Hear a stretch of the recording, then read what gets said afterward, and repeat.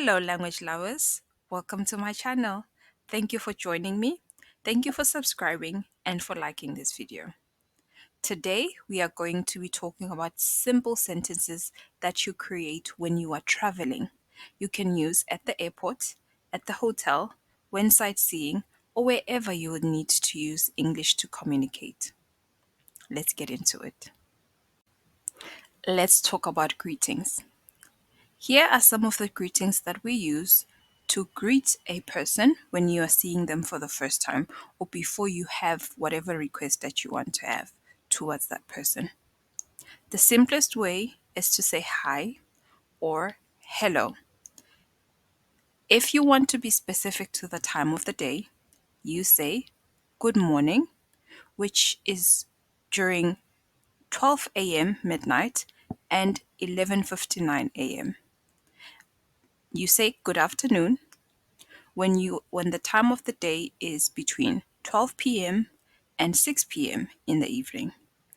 You say good evening from 6 p.m. until 12 midnight. So let me go through them again. Hi, hello, good morning, good afternoon, good evening. Next up are introductions. When you are traveling, it is very common that you would introduce yourself to the new people that you are meeting during a trip. And when you do these introductions, you probably want to start by telling them your name because it's easy to have a conversation when someone knows your name and they know your background. Okay?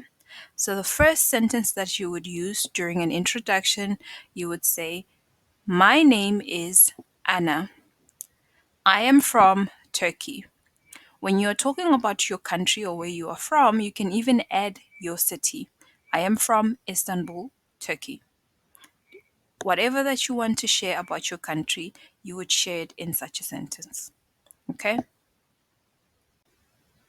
Now we move on to how you ask for help when you need help while traveling. This is a very important chapter because we almost always need help when you're traveling because you don't know the city, you don't know the places, and you always will need someone to help you. And because we usually don't have cell service when we are traveling, we rely on the goodness of strangers to give us information that we need about their city. Okay, the first thing that you would say, you would greet hello, and you would say, "Please help me," because it's an opening statement that you use to say, "I need help." Then you would go on to say a sentence that talks about what type of help that you need. You will say, "I am looking for the Hilton Hotel," or "I am looking for McDonald's," "I am looking for Burger King," "I'm looking for the Eiffel Tower." Wherever you want to go or whatever you are looking for, you will use it, you will say it after the word for. Okay? When asking for help, we don't only ask for help about places, we also ask for help about transport.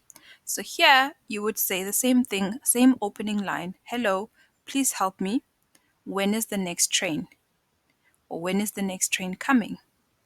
What time is the flight? Where can I board the airplane? Whatever information that you want to know about your traveling, about the transport that you are using to travel, you can ask it in this way. Once you have reached your holiday destination and you are at the airport, you have just landed, you need to get to your hotel and you need to use what is called a taxi. And nowadays we also call it an Uber. This is how you would ask for one. "Hello, please help me. I am looking for a taxi," or "I am looking for an Uber." Now, when you are in your destination and you are going out, you obviously will want to buy some things. This is how you are going to do it. You first start by greeting, "Hello, how much is the ice cream?" When they answer you and you like the price, then you move on to say, "Can I have one vanilla ice cream, please?"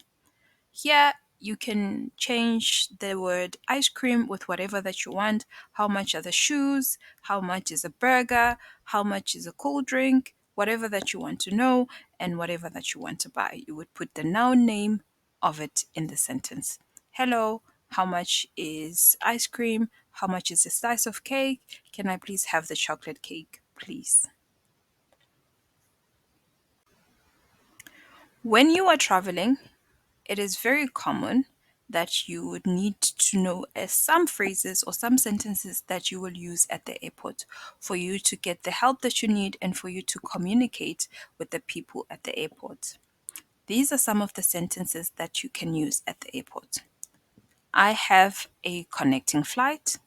When your plane is laying over in its own country before you get to your destination. Second sentence, I can't find my bag. This can also be used for any other thing that you cannot see or that you have lost. I can't find my child. I can't find my dog. I can't find my passport. Whatever that you have lost. You can speak to the security to help you find this thing by saying this sentence. Next, where are customs and immigration? If you need to go to this place to declare some things that you are entering into the country with, or to declare yourself that you are entering into the country, to give them your passport and your visa to be allowed to enter, this is how you can ask for directions to this area. Next sentence, where is the currency exchange?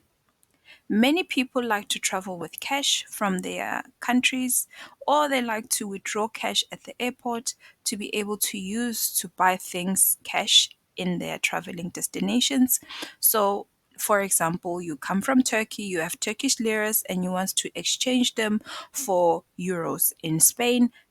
This is where you would do that at the currency exchange office. You would ask for this place by saying, where is the currency exchange? Next sentence, where is the taxi line? As you arrive in the new city or in the new country, you want to know how you will travel from the airport to your hotel. You ask for taxis by using this sentence, where is the taxi line? Last but not least, where is the bus stop? Sometimes it is possible to use a bus from the airport to your hotel or to your Airbnb, wherever your destination is in the country, and this is how you will do it. Where is the bus stop? I hope you get it. Next up are common phrases at the hotel. First sentence, what floor am I on? When you want to know which floor your room is in. Next sentence, where are the elevators? When you have big bags, you don't want to be using the stairs. We almost all the time prefer to use an elevator. So, this is how you ask for the elevator. Next, very common sentence, what's the Wi Fi password? Because you need to connect with the world through Wi Fi. This is how you ask for the Wi Fi password. But before you ask for the password, it is very common to also ask if they have Wi Fi. So you would say, do you have Wi Fi?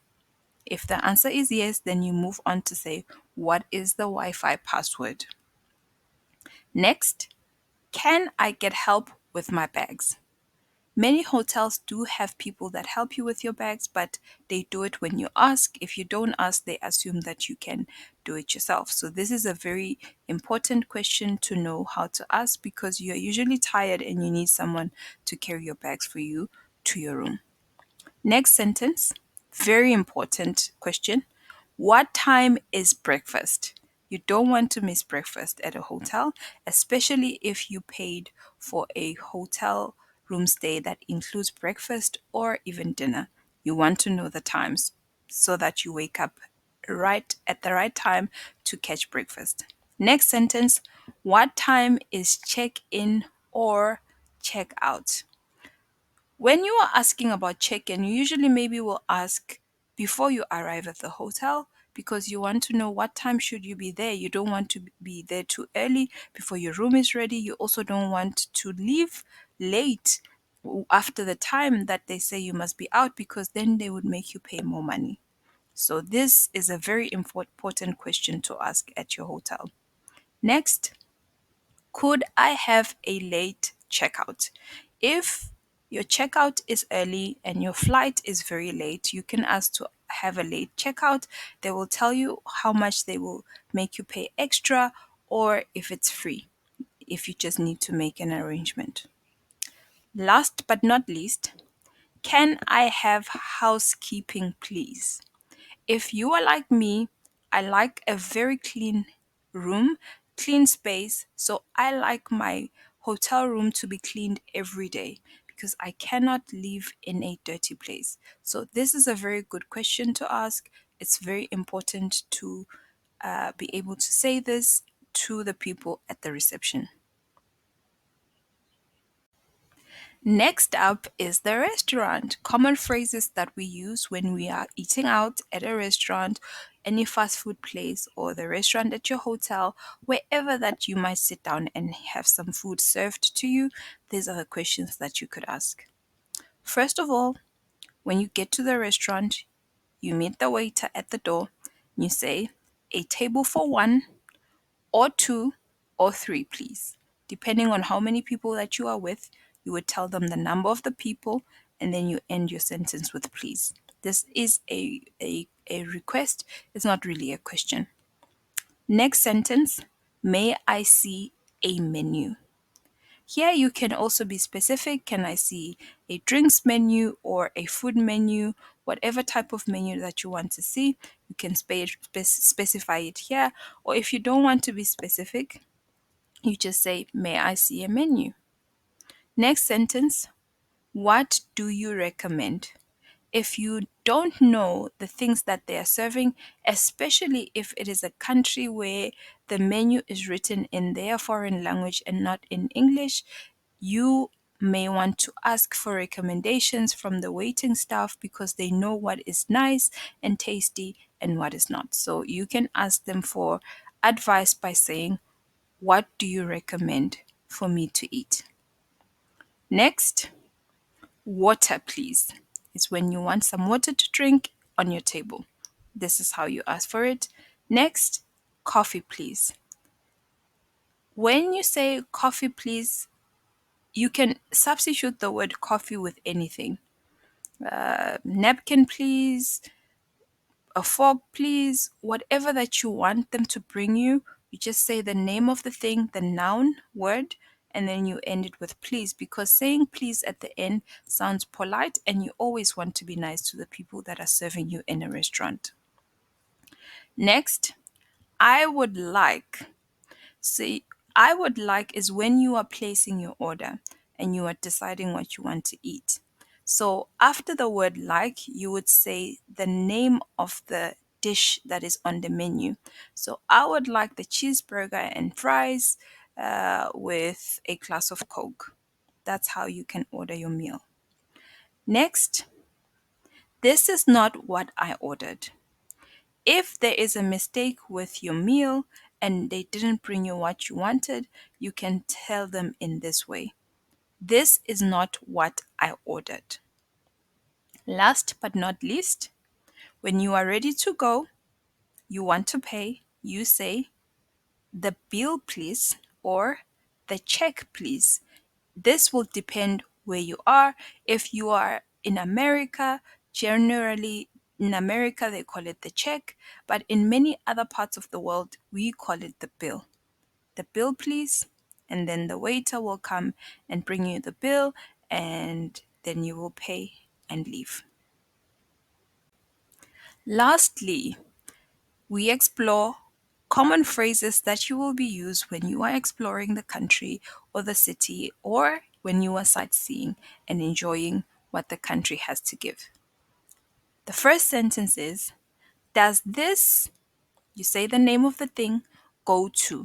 So, for example, when you are talking about a, some type of transport, does this train go to Venice, for example, if you are in Italy. Okay.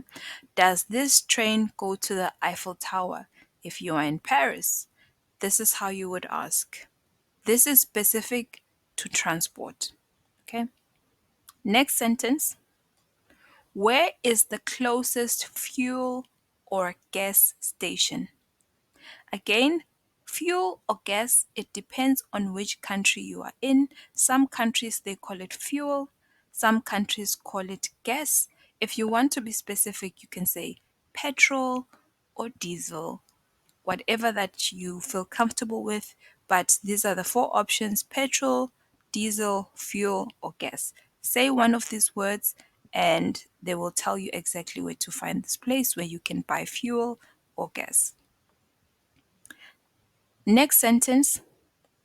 Where is the closest ATM? If you are sightseeing in an area where they only take cash, they do not accept card payments.